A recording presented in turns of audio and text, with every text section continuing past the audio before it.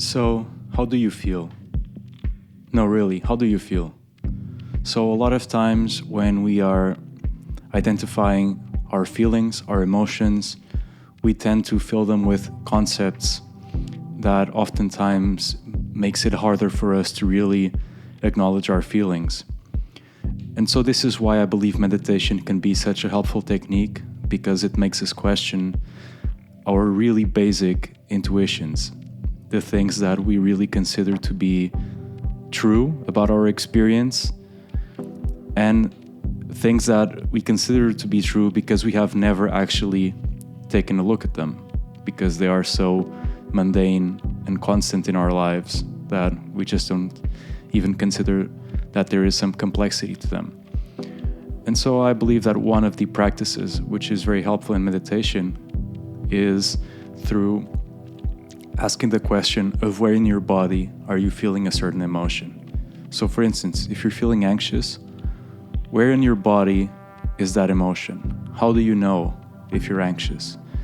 And so asking these really, they seem like absurd questions because, when you're feeling anxious, you just, of course I know I'm anxious.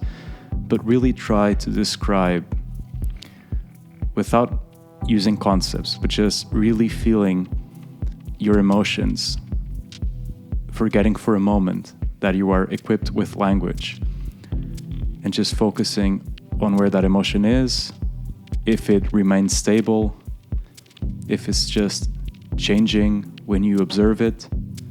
So just really become curious about whatever you're feeling right now, even though there seems to be a big difference in how we feel when we are anxious or when we feel excited, when there's some adrenaline rushing from an activity that we are very excited to attend and do. In reality, if we just look at the physiological presence of both of those feelings, they're actually very, very similar.